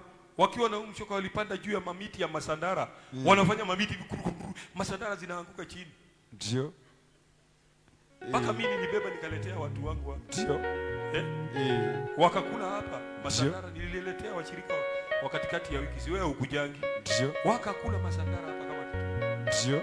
Badala sasa mshikane muende na unajua masandara huko inauzwaje? Kireti moja 200. Ndio. Na kireti ni kama 1000. Ndio. Ukileta sandara moja hapa ni pesa ngapi? 40. Unanunua 40. Ni ngapi bei ya wholesale? Iko huko, zimejaa huko. Zimejaa huko, vitu zimejaa huko. Yes. Mchungu wale mko na magari muende. Ndio. Amen. Amen. Kireti 200. Ndio. Tuende wapi? Endeni ulimwenguni kote. Endeni ulimwenguni mote. Mkahubiri habari njema kwa kila kiumbe. Mkahubiri habari njema kwa kila kiumbe. Atakayeamini. Kila kiumbe, hata kama wewe ni nani tunakuhubiria. Yes. Amen. Amen. Hata kama wewe ni kichwa ngumu tunakuhubiria. Yes. Sema amen. Amen. Hata kama utaki tunakuhubiria. Ndio. Amewaambia wahubirie wale wanyenyekevu ama wale wakwaya. Enendeni ulimwenguni mkote. Mkaihubiri habari njema. Tuhubiri habari njema kwa kila kiumbe. Kwa kila kiumbe. Yes. Endelea. Atakayeamini na kubatizwa ataokolewa. Asiyeamini atahukumiwa. Yes. Kuna Biblia nyingine inasema amekwisha kuhukumiwa. Sema amen. Amen. Sasa tukienda hivi, wacha kushinda ukisema ati nyinyi hamwezi ni hukumu, hamuna uwezo. Tumepewa kila kitu. Yes. Sema haleluya. Haleluya. Pande moja hii ni panga. Yes. Haleluya. Amen. Upanga wao kuwili ndio neno ya Bwana. Pande moja inakata, pande moja inaokoa. Ndio. Sema haleluya. Haleluya. Sasa tukikuja kwako, tumebeba mpaka hukumu. Ndio. Ni Mungu amesema tumebeba, si ni kweli? Ni kweli. Imepeanwa yote. Yes. Wewe unashinda kusema ati mia mwezi ni hukumu, wezi ni hukumu, wewe sio Mungu. Yes. Tumepewa mamlaka. Yes. Haleluya. Amen. Tumepewa uwezo. Ndio. Haleluya. Ninapokuhubiria saa hii, kama unisikilizi, unahukumiwa. Ndio. Ikiendelea hivi, unahukumiwa. Yes. Haleluya. Amen. Ikiendelea hivi, wale wananisikiliza wanaokolewa. Ndio. Haleluya. Amen. Wanapona. Haleluya. So tumebeba hukumu na tumebeba wokovu. Yes. Haleluya. Amen. Kwa hivyo tunakuambia wazi, ubadilike. Ndio. Amen. Uachane na chang'aa na uachane na muratina. Ndio. Haleluya. Amen. Uachane na mapipi za watu. Sema haleluya. Haleluya. Uachane na karumazila kwenda kwa waganga. Hiyo ni ghadhabu unangojea. Ikiwa unaenda hivyo na umekataa, unahukumiwa. Yes. Haleluya. Amen. Na ninataka nisimame pande moja, ni hukumu wale walikuroga. Ndio. Yes. Amen. Nataka hukumu yao ikuje kwa meza. Ndio. Yes. Kuna maombi tuliomba hapa, sijui kama ni mzuri, lakini mimi najua ili nisaidia. Ndio. Wakati tulikuwa tunanunua kiwanja, kuna watu tulikuwa tunang'ang'ana na wao. Ndio. Tukisema hivi wanasema watalipa. Tukisema hivi wanasema watalipa. Ndio. Tukaenda tukakutana kwa meza. Tulipokutana kwa meza, tukaongeleshana. Ndio. Na nikaambia ule alikuwa anauza kiwanja, wewe fanya hivi. Ndio. Kama kiwanja ni yetu, ni yetu. Ndio. Na kama kiwanja ni yao, ni yao. Ndio. Lakini wacha tuende tukaombe. Ndio. Amen. Amen. Tukakuja hapa, nikaambia wenzangu tushikane mikono. Yes. Tukashikana mikono. Nikaambia Mungu. Nasema sijui niliomba aje, lakini ilinisaidia. Sema amen. Amen. Nikaambia Mungu. Ndio. Hawa ambao hawataki tununue hii kiwanja, kumbuka dhambi zao. Ndio. Yes. Amen. Amen. Kumbuka nini? Dhambi zao. Hata kama ni kidogo. Kumbuka dhambi zao. Na usiweke juu ya meza. Yes. Haleluya. Amen. Naye Mungu akasikia. Ndio. Mungu aliposikia, ndio ule alikuwa chairman wao, yes, wakati wa serikali zingine, sitaki kutaja hizo serikali, yes, wakati wa serikali za nyuma, yes, kuna pesa aliiba. ndio, na hiyo wakati ilikuwa ni wakati wa serikali ya Kibaki. ndio, na unajua Kibaki alikuwa ameweka mitego yake mzuri. Amen, amen. Sasa wakaekewa pesa kutoka ng'ambo. Ndio, amen, amen. Walipowekewa, ndio, ile pesa ikashikwa. ndio, wakaenda kulalamika, pesa yetu imeshikwa kwa nini? Wakasema tuleteeni mtu huyu, tunamdai, kuna pesa aliiba. Leteni mtu huyu, ukitupea huyu mtu tutawapea pesa zenyu. Yes. Amen. Amen. Wakienda kumtafuta, sijui alitoroka akaenda wapi, mpaka wale waonekanangi. Amen. Amen. Halo. Halo. Mwenye kiwanja akaniita akaniambia, ndio, pastor ulisema. Ndio. Pastor ulisema. Ndio. Kama kiwanja ni yenyu, ni yenyu. Ndio. Wale watu wamenipigisha, wamenizungusha huku na hawajanipatia pesa. Kujeni mchukue kiwanja, ni yenyu. Ndio. Yes. Haleluya. Amen. Leo ninakuombea hiyo maombi wewe. Ndio. Haleluya. Amen. Wale wanakuroganga, hukumu yao iwekwe juu ya meza. Yes. Leo wahukumiwe leo. Ndio. Yes. Na unajua neno wa Mungu inasema wanaua wale watu hawafai kufa. Yes. Kitabu cha Ezekieli. Ndio. Hawa nyinyi wachawi. Ndio. Haleluya. Amen. Mtaimba hiyo wimbo tukimaliza. Yes. Nyinyi wachawi. Ndio. Haleluya. Amen. Unaoa wale watu haiwapasi kufa. Ndio. Haleluya. Amen. Wale watu wameuawa ni wawe leo wangekuwa na dawa hata ya corona. Wale watu wameuawa ni wale watu wangetusaidia. Wale watu mama wameuliwa ni wale wangekuwa msaada wa nyumba hiyo. Mtoto akiinuka kwa nyumba hiyo anamalizwa. Haleluya. Amen. Akijaribu kusonga anatupiwa sukari. Sema haleluya. Anatupiwa pressure, macho inawacha kuona. Leo ninaomba leo. Yes. Haleluya. Leo ninaomba kwa hii meza ya madhabahu. Haleluya. Wale walisema nyumba yetu haitaendelea, wahukumiwe leo. Sema wahukumiwe leo. Wahukumiwe leo. Wale wanapigana na mama yako, wahukumiwe leo. Wale wanasema hii kanisa haitaendelea, wahukumiwe leo. Ndio. Yes. Ni kuachana. Ndio. Mtawachana na mimi niendelee. Yes. Mwambie jirani yako hivyo. Mwambie ni kuniwacha, mtaniwacha niendelee. Naomba leo kwa meza ya hukumu. Tukuje kwa meza ya hukumu leo. Naomba leo wewe, wale waliokumaliza, wale walisema huwezi endelea, kwa meza leo wahukumiwe. Sema wahukumiwe leo. Wahukumiwe leo. Wale waliosema huwezi endelea, meza ndio hii. Meza ndio hii. Wahukumiwe leo. Wahukumiwe leo. Wale waliosema hamwezi inuliwa, wahukumiwe leo. Wale walioroga watoto wako, wahukumiwe leo. Wale waliokulaani, wahukumiwe leo. Wale wataki kuona ukiendelea, wahukumiwe leo. Wale wanaomba maombi mabaya, wahukumiwe.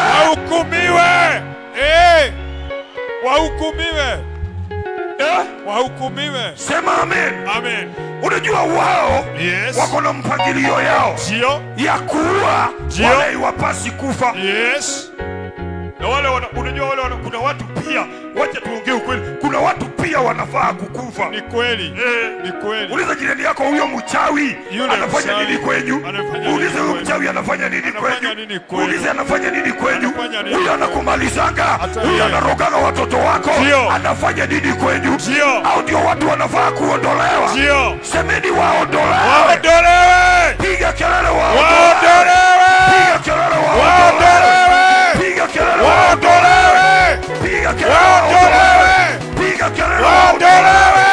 Piga kelele waondolewe. Wachawi waondolewe. Yes. Mtu kama hataki kuona ukiendelea, anafanya nini area hiyo? Ndio. Leo tunatuma moto kwa kijiji chenyu. Tunasema hiyo kijiji, zile nyumba zimekwama, zianze kujengwa leo. Zianze kujengwa kesho. Hiyo nyumba ianze kujengwa kesho. Hiyo biashara uende kesho. Hiyo biashara uende kesho. Ubarikiwe na uinuliwe. Piga kelele. Haleluya. nyumbani. Kurudi nyumbani hapa saa hii wewe si ni mgonjwa. Lete mafuta nimpe akunywe. Tutakuwa tuwezi enda nyumbani. Lete mafuta nimpe. Si ulienda nyumbani mzee? Kufika nyumbani kurudi hapa si umegonjeka? Sunday umegonjeka. Baada ya kutoka hapa umeenda nyumbani, ukirudi umerogwa. Ndio. Leo ule anakuroganga nyumbani. Kanisa semeni aondolewe leo. Aondolewe leo. Semeni aondolewe leo. Aondolewe leo. Sema aondolewe. Aondolewe. Sema aondolewe. Aondolewe. Anaondolewa. Aondolewe. Hiyo pepo yao inaondolewa. Aondolewe. Pokea anointing ndio hiyo. Fire. Fire. Pokea fire. Pokea. Unataka ingine? Kidogo hiyo. Hata mimi acha nikunywe juu, sijui ni nani yako hapo. Ni kweli. Haleluya. Ndio. Yes. Mama kuja nikupee wewe. Ndio. Kuja. Na sasa ukitoka hapa ukifika kwa nyumba yako. Ndio. Sasa ingine kuwa wazimu. Ambia yako kuanga wazimu na wewe. Kuanga wazimu na wewe. Ukiingia kwa nyumba yako unamwaga mafuta. Unasema wachawi wote kwa hii nyumba nimewafukuza, nimewakemea, nimewalaani, nimewakataa. Unakataa mapepo kwa nyumba yako. Ndio. Yes. Kazi yako ni kujifanya hapa ati wewe ni wakwae uwezi robo. Kuwa serious. Ndio. Kama mzee kama huyu ameenda nyumbani mambo imemharibikia. Wewe unafikiria ni mchezo kuimba kwa inatosha? Huyu naye walijenga nyumba nyumbani. Hiyo nyumba kuna mandege zinatembeanga huko. Ni kweli. Mandege zikitembea hivi, huyu mama anakuanga mgonjwa, kizunguzungu. Ndio. Mapepo, pressure, kunywa hii. Fungua mdomo vizuri juu, chupa ni moja. Meza hiyo, meza. Meza. Meza. Meza. Ndio. Leo kuna meza iko hapa. Ndio. Wewe utakaa hapa. Ndio. Na mchawi akae hapa. Ndio. Na Mungu akae hapa. Ndio. Leo tuhukumiwe. Ndio. Yes. Hukumu ya wachawi, kesi ifanywe leo. Ndio. Kuja wewe hata sasa wewe ni mgonjwa. Wewe ni mgonjwa kabisa. Wewe umerogwa. Ambia jirani yako ni wewe tunafanya kesi yako leo. Wanauanga wale watu hawafai kufa. Yes. Ndio. Si unajua kuna mtoto wenyu alikufa mapema. Yes. Alikufa mapema juu ya nini? Aliumwa na hizo nyoka. Ndio. Yes. Aliumwa na hizo nyoka. Ndio. Aliumwa na hizo nyoka. Ndio. Leo mchawi kufa. Ondoka. Ondoka. Ondoka, wachana na huyo. Ule amekutupia hiyo magonjwa aondolewe. Mapepo yao iondolewe. Maagano yao iondolewe. Sema waondolewe. Waondolewe. Tunaenda mpaka Nigeria. Tumetumwa ulimwengu wote. Yes. Sisi ndio hamjui kile tumepewa. Tumepewa anointing. Tunaenda Ukambani. Tunaenda. Ulisema kwenye ni wapi? Murang'a. Murang'a wapi? Murang'a Kairo. Hapana, mahali uliniambia. Ukaniambia ni babaya. Katuri, tunaenda Katuri. Ambia jirani yako tunaenda Katuri. Ndio. Na tukifika Katuri, tunasema tumetumwa na ule Yesu alishinda kifo na mauti. Ndio. Leo tumekuja na nyoka ya shaba. Ndio. Yes. Inaitwa nyoka ya shaba. Ndio. Yesu wa Nazareti. Ndio. Amesema leo uchawi yote hapa inaondolewa. Mapepo yote hapa inaondolewa. Maagano yote hapa inaondolewa. Majini yote hapa inaondolewa. Piga kelele. Haleluya. Ambia jirani yako haitawezekana. Haitawezekana. Yes. Ati ndio unafunga biashara. Na wengine wanauza. Haitawezekana. Ambia jirani yako haitawezekana. Haitawezekana. Watafunga na mimi niuze. Yes. Watangojea. Because I am anointed. Yes. Yobo sonda yama. Yes. Yeke sinda yama. Tunaenda kwa ulimwengu yote. Tunaenda kila mahali. Tunaenda mpaka Meru. Tunaenda kila mahali. Na tunatangaza ya kwamba Dagoni ameanguka. Uchawi ameanguka. Na sanduku ya agano imesimama. Piga kelele wewe. Haleluya. Endelea na kusoma. Soma tumalize. Mstari wa 17. Na ishara hizi zitaandamana na wale. Nikwambie. Yes. Ile gospel tumepewa. Ndio. iko na power. Ndio. Ile tumepewa. Yes. Amen. Amen. Wachana na hiyo ingine. Ndio. Yes. Wachana na hiyo ingine. Ndio. Wachana na hiyo ingine. Wachana na hiyo Sisi ingine. hapa tunatumia POWER. Yes. Amen. Amen. Na tukitumia hiyo, Ndio. hii gospel ambayo tumepewa Ndio. iko na uwezo. Ndio. Wale waliompokea Ndio. aliwapatia uwezo. Ndio. Ni kweli? Yes. Ama aliwapatia keyboard. Keyboard ni ya kupiga. Ndio. Sema amen. Amen. Wale waliompokea aliwapa nini? Aliwapa. Saidia huyu. Aliwapatia nini? Hili mnapewa nini? Power. Power. Amen. Amen. It is about power. Ndio. Edward, it is about Power. power. Kama una power, Yes. wacha kutudanganya. Ndio. Amen. Amen. Uhitaji mambo mengi, Yes. unahitaji power. Power. Ndio. Eh? Yes. Sote unahitaji nini? Power. Power. Praise and worship. Sarah Junior unahitaji nini? Power. Power. Yes. Unaona uliolewa na hicho kimutu na unaficha. Ndio. Nilikuombea. Ndio. Unakula pesa yote peke yako. Ndio. Yeah? Yes. Yako it is about power. It's about Unajua power. ukiwa na power, Ndio. unakonka. Ndio. Sijui kama mnanielewa wazee hapa. Yes. Ndio. Wazee mnisaidie na mawaidha hapa. Ndio. Sema amen. Amen. John, ukiwa na power, Ndio. unakonka. Ndio. Sema haleluya. Haleluya. Ukiwa na power, Ndio. ukiona ploti mzuri, Ndio. unapewa. Ndio. Yeah? Yes. Halo. Halo. Jirani yako wewe tafuta power. Tafuta power. Tafuta power. Tafuta power. Wachana na mambo mingi, Ndio. uwe na power. Power. Gospel sio entertainment. Ndio. Amen. Amen. Gospel Ndio. sio entertainment. Ndio. Sema haleluya. Haleluya. Ni power. Ndio. Ukipitia kila mahali Ndio. unabadilisha. Ndio. Amen. Amen. Filipo aliingia Samaria. Ndio. Haleluya. Amen. Jirani yako Filipo aliingia Samaria. Filipo aliingia Samaria. Filipo aliingia Samaria. Yes. Aliingia na nini? Aliingia na power. Power. Na Samaria Ndio. ulikuwa na mchawi Ndio. ambaye pia alikuwa na power Yes. ya pande ile ingine. Ndio. Haleluya. Amen. Lakini ya Filipo Ndio. ilikuwa more powerful. Ndio. Haleluya. Amen. Yetu ni more powerful. More Ambia jirani power. yako hivyo.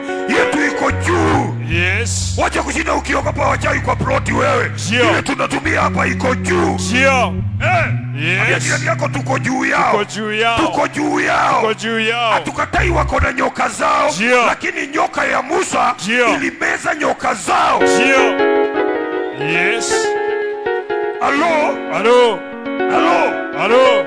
Amucha jirani kumwambia amuka usikilize. Amuka Hii maneno ni tamu kuliko kila kitu. Ndio. Sema haleluya. Haleluya. Watu wa Mungu tumepewa power. Ndio. Watu wa Mungu tumebarikiwa. Ndio. Tuko na power ya kukonga. Ndio. Tuko na power ya maploti. Ndio. Imagine hiki kimejenga gorofa. Ndio ujue hapa kuna power. Yes. Wewe unakiona hivyo na kimejenga gorofa. Ndio. Hiki kitoto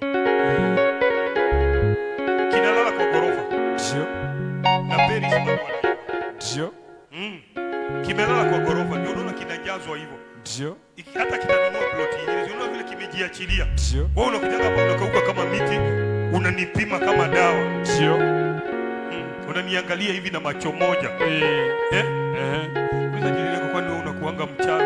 Kuuliza na wewe unaangalia pastor alikuwa unakuanga mchawi. Halo. Halo. Sema amen. Amen. Na kinatoanga sana, kinatoanga sadaka hiki yote niwaambie ukweli. Hiki kinatoanga sadaka sana. Ndio. Hiki Ndio. unakiona? Kikianguka hivyo ni plot. Ndio. Na wewe hapa juu ya majini yote. Shida hapo tu. Shida hapo tu. Ndio. Shida hapo. Na watu hapo wanajenga manyumba. Ndio. Amen.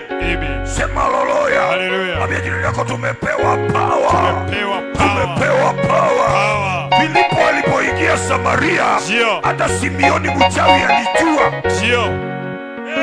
Yes. Halo. Halo. Hapa inafaa tujulikane. Ambia jirani yako ni lazima tujulikane. Lazima Ni tujulikane. lazima ujulikane. Ndio. Yes.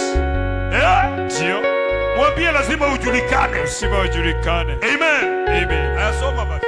Na ishara hizi zitaandamana na wale wanao. Na ishara hizi lazima kuwe na ishara. Yes. Wacha kutulisha makapi. Ndio. Wacha tuone ishara.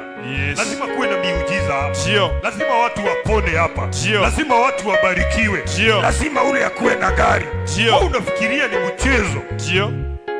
Mtu nilimuombea hapa. Ndio. Amen. Amen. Akaenda akapewa plano mpya. Ndio. Na akaambiwa utatuambia vile utalipa. Yes. That is power. Ndio. Jirani yako, hiyo ni nguvu. Nguvu. Wewe unafikiria ni mchezo? Ndio. Huyu pasta ako hapa. Ndio. Amen. Amen. Alipewa milioni 8. Ndio. Hatutaki kuuliza alikula aje. That is power. Ndio. Hata ukikula ukimaliza, Ndio. power iko, unapewa ingine. Ndio. Yes. Nambia jirani yako hiyo ni power. Hiyo ni power. Nambia jirani yako hiyo ni power. Hiyo ni power. Leo mahali hapa tunapewa power. Tunapewa power. Tunapewa power. Tunapewa power. Yes. Soma. Kwa jina langu watatoa mapepo washavu. Kwa jina langu watafanya nini? Watatoa mapepo washavu. Na watasema kwa lugha mpya. Amen. Amen. Sikiliza hapa. Kwa jina langu watatoa mapepo. Yes. Amen. Mwambie jirani yako ile pepo iko kwa nyumba yako, enda uitoe. Ile pepo iko kwa nyumba yako, enda uitoe. Mwambie ile pepo mchawi inakusumbua hapo kwa ploti, enda uitoe. Enda uitoe. Ndio. Hajasema ati wataweka mkutano na mapepo. Yes. Unajua ya kizungu inasema una rebuke. Yes. Unasema toka. Yes. Hebu sema na kilugha yenu toka. Sema uma. Sio ati uende ukabembeleze pepo. Yes. Ati uimbage damu ya Yesu. Yes. Damu ya Yesu unajiimbia utakaswe. Sio unaimbia pepo. Pepo ikunyongi damu ya Yesu. Ya Kiingereza inasema in my name they shall cast out devils. They shall cast out demons. Hakuna mahali Mungu amekuambia uheshimu shetani. Unamcast out. Ndio. Haleluya. Amen. Ambia jirani yako enda ukatoe nje. Enda ukamwambie umanza. Ndio. Hebu sema hivyo. Umanza. Sema na Kikwenyu. Umaja. Out. Out means out. Umeria. Hata unafaa uongee ukiwa hapa useme nyinyi pepo. Ati unaenda unalala kwa kitanda ati pepo inakugeuza. Inakugeuza. Mwambie kuanzia leo hutanigeuza. Kuanzia leo hamtanigeuza. Nimejua ukweli, hamtanigeuza. Sio.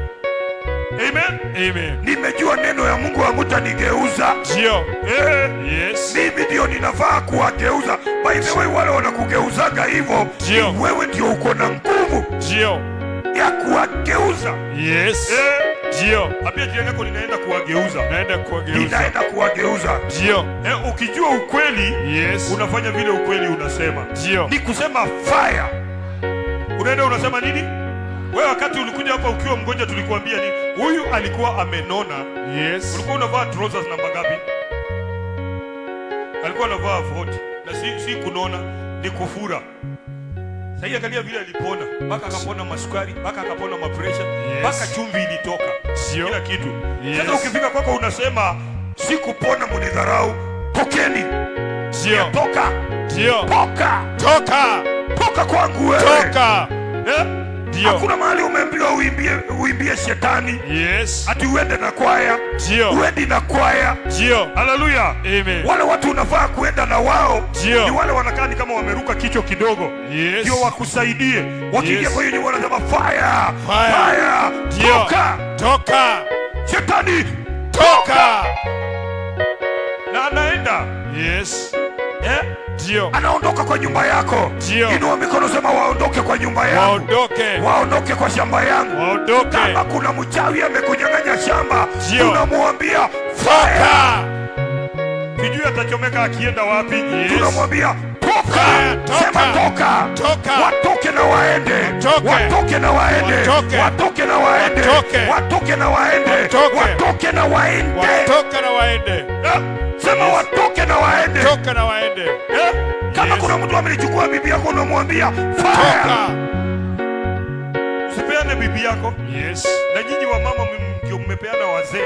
Unasema wacha aende akitaka. Unasema aje hivyo? Na hao watoto wote watasoma na nini wewe unaongea hivyo? Hao watoto watasoma na nini? Sema huyo mzee arudi kwa nyumba. Na akienda huko apigwe.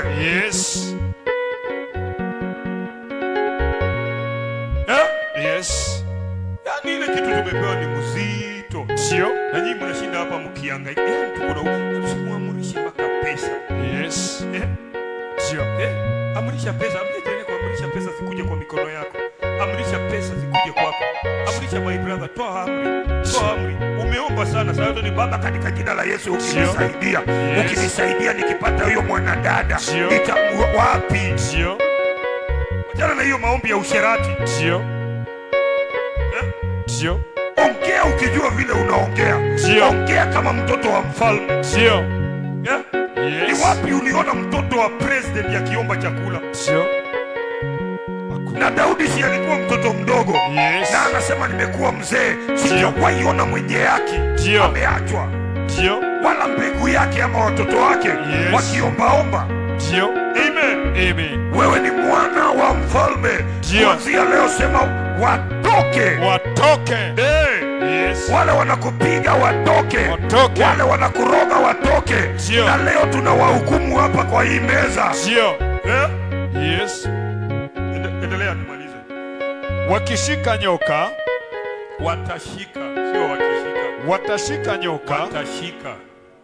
Unaona huyu anaogopa anasema wakishika. Wakishika nyoka. Biblia isemi hivyo, inasema watashika. Watashika nyoka. Ambia jirani shika nyoka. Shika nyoka. Kwa nini Yesu anasema watashika nyoka? Kwa nini Yesu anaongea mambo kama hiyo? Hebu uliza jirani, kwa nini Yesu anaongea anasema watashika nyoka?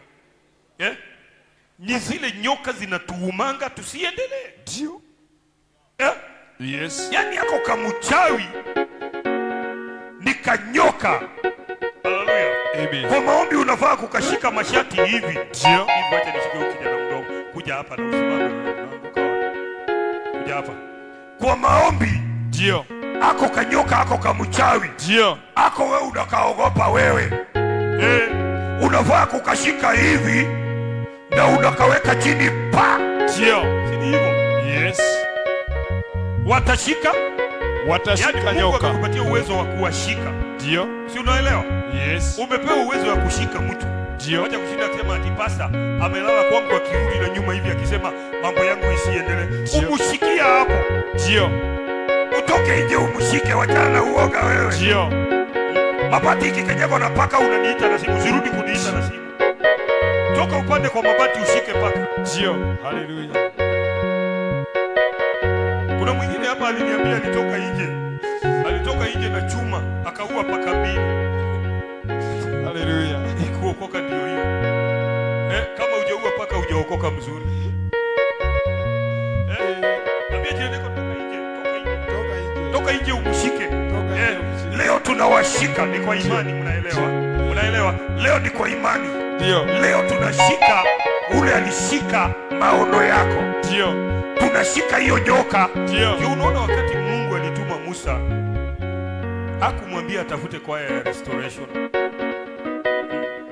Na waambie revival tunaenda Misri. Hakumwambia. Hakuna kitu kama hiyo. Hiyo ilikuwa ni vita ile hata hakuna restoration mmoja angesimama hapo akungojea. Ndio. Amen. Amen. Ile vita ilikuwa hapo. Ndio. Ilikuwa vita ya mchezo. Sema amen. Amen. Amen. Amen. Mpaka Musa anaambia Aaron nipeleke. Aaron anamwambia twende na uende mbele, twende na uende. Wanaenda. Wanaenda wanakuta Farao. Farao anauliza Musa ni nini? Wewe kijana ni. Si nilikulea hapa, ni nini? Akamwambia nimetumwa na Mungu wa Waebrania. Ndio. Ameniambia nikuambie. Ameniambia nifanye nini?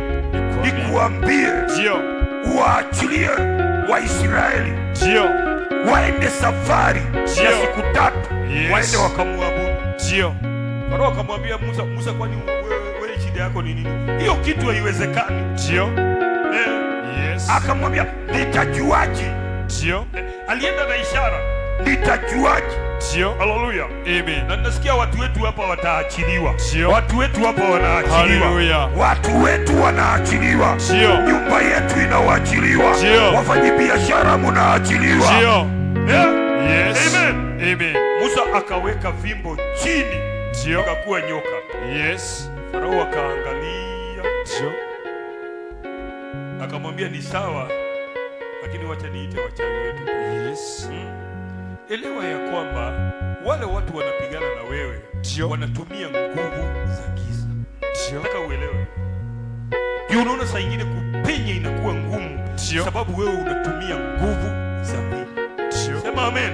Amen. Unahitaji Ndio. this anointing. Yes. Unahitaji Ndio. nguvu ya Mungu. Yes. Sema haleluya. Haleluya. Unahitaji Ndio. Bwana akusaidie. Ndio. Sema haleluya. Haleluya. Akaita hapo, wakakuja wakafanya sarakasi nini, wakaweka fimbo zao zikakuwa nyoka. Ndio. Lakini kuna kitu Farao alisema, nimeona Ndio.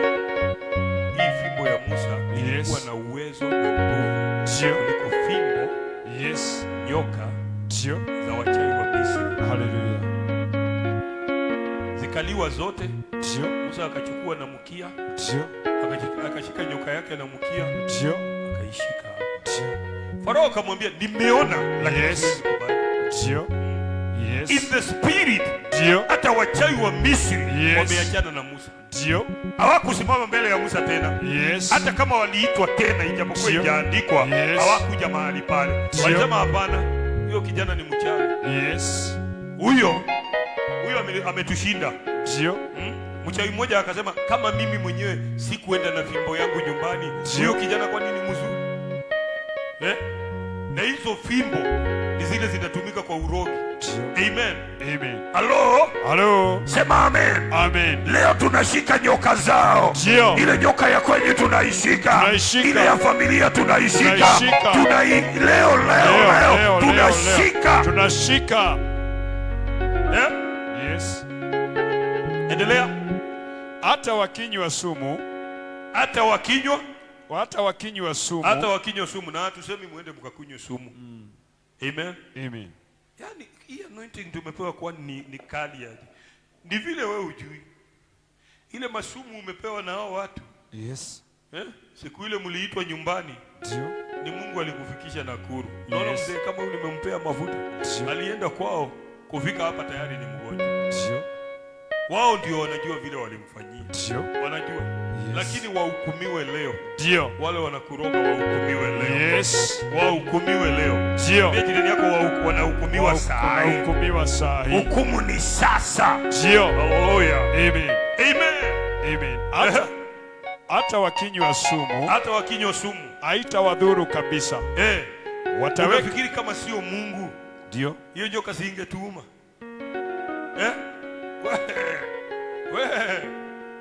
Na mtu ametoka hapa amejigamba, amesema nimeenda. Ndio. Nitarudi mkikufa. Yes. Imagine.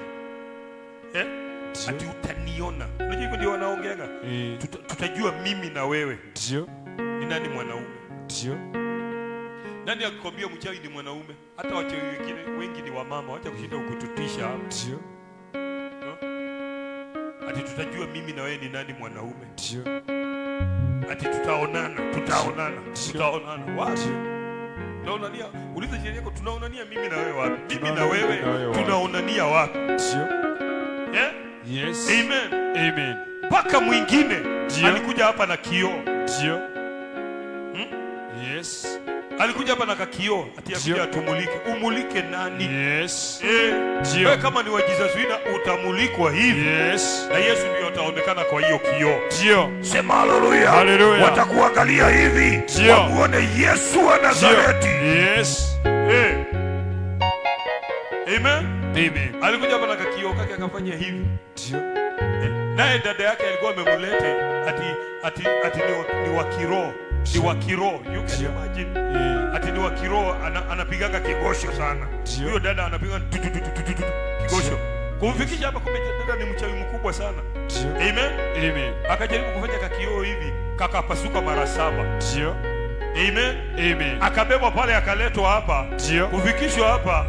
Ndio nawaambianga mtu awachane na ambia jirani kwa wachananga na ujinga. Sananga na ujinga. kaanga na Mungu wa baba yako. Ndio. Kuna saa unahitaji Mungu wa baba yako. Yes. Amen. Amen. Unaona Elisha anaenda mbali kwa sababu Elisha anagonga maji, anasema yuko wapi Mungu wa Elia? Ndio. Anamtambua. Kumtambua tu peke yake, ndio Yordani inafunguka. Yes. Sema amen. Amen. Huyo msichana aliniambia hapa, hao wakisikia. Yes. Aliniambia wewe, ndio, kama sio baba yako wewe, ndio, ungeniona. Ndio. Aliniambia hivyo. Yes. Mimi nikanyamaza, nikajua sawa. Ndio. Kumbe hii anointing iko sawa. Ndio. Kumbe hii kivuli iko sawa. Yes. Ndio. Ndio. Tuko sawa. Tuko sawa. Haleluya. Amen. Mungu wa baba yako leo ndio atasimama leo. Ndio. Sema haleluya. Haleluya. Hawatatuweza. Ndio. Yes. Hata Yakobo aliambiwa na Laban. Ndio. Laban alimwambia nini? Kama sio Mungu wa baba yako Ibrahimu, ndio, ningekumaliza. Yes. Lakini huyo Mungu alinitokea, ndio, akaniambia, ndio, wacha kukuguza, ndio, nisiseme kitu juu yako. Yes. Sema haleluya. Haleluya. Amen. Amen. Na wewe hawatakumaliza. Ndio. Watawachana na wewe. Ndio. Na utaendelea mbele. Ndio. Watawachana na wewe. Ndio. Na utabarikiwa. Ndio. Malizia kusoma. Wataweka mikono yao juu ya wagonjwa. Wataweka mikono yao juu ya wagonjwa. Nao watapata afya. Watapata afya. Yes. Wapendwa, ambia jirani yako kuna kitu tumepewa. Mguse, mwambie kuna kitu tumepewa. Kuna kitu tulipewa. Kuna sema haleluya. Amen. Na tufai kusumbuliwa na mambo mengi. Ndio. Tunafaa kuzingatia kile tulipewa. Ndio. Kile tulipewa ni zaidi ya shamba. Ndio. Ni zaidi ya kila kitu. Ndio. Ni zaidi ya pesa. Yes. Kile tulipewa. Ndio. Unaona Yesu aliwapatia wanafunzi wake anointing na akawaambia usiuze kipawa. Yes. Unajua ni kwa nini aliwaambia msiuze? Alijua wakiuza ndio itanunuliwa sana. Yes. Peaneni bure, msiuze. Unajua ni kwa nini nawaambia hivyo? Juu anajua hiyo kitu ni ya dhamana. Na siku moja Yesu akafurahi akiwa ndani ya roho. Akasema, Baba, ninakushukuru. Ndio. Hii mambo hii ulinyima watu wakubwa. Yes. Ni kusema nini? Watu wakubwa wangepewa this anointing. Yes. Wangeenda mbali sana. Ni kweli. Amen. Amen. Lakini ulinyima hii watu wakubwa na ukapea watoto wadogo. Ndio. Sisi ndio watoto. Yes. Simama kwa miguu yako. Sisi ndio watoto. Malizia kusoma. Shamalizia.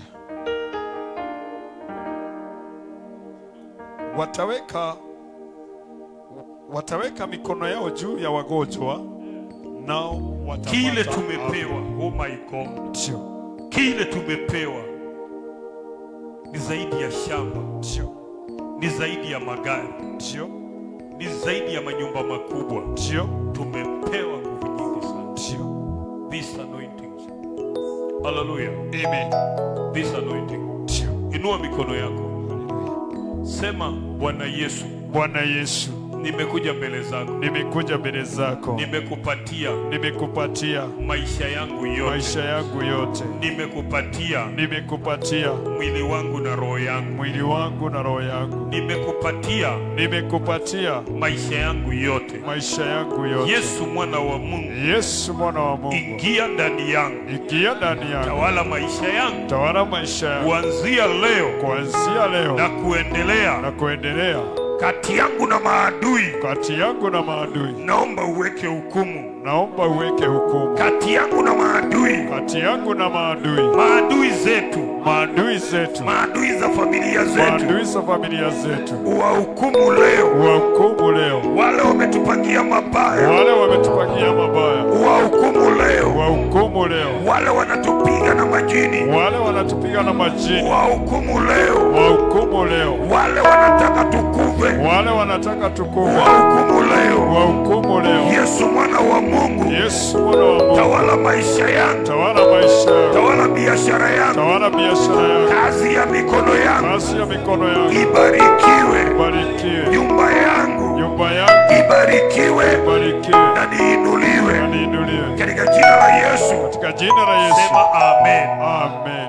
Nataka kwanza tutoe sadaka. Tukimaliza kutoa sadaka, kaa chini kidogo. Tukimaliza kutoa sadaka, tuombee watu kabla ya saa 6.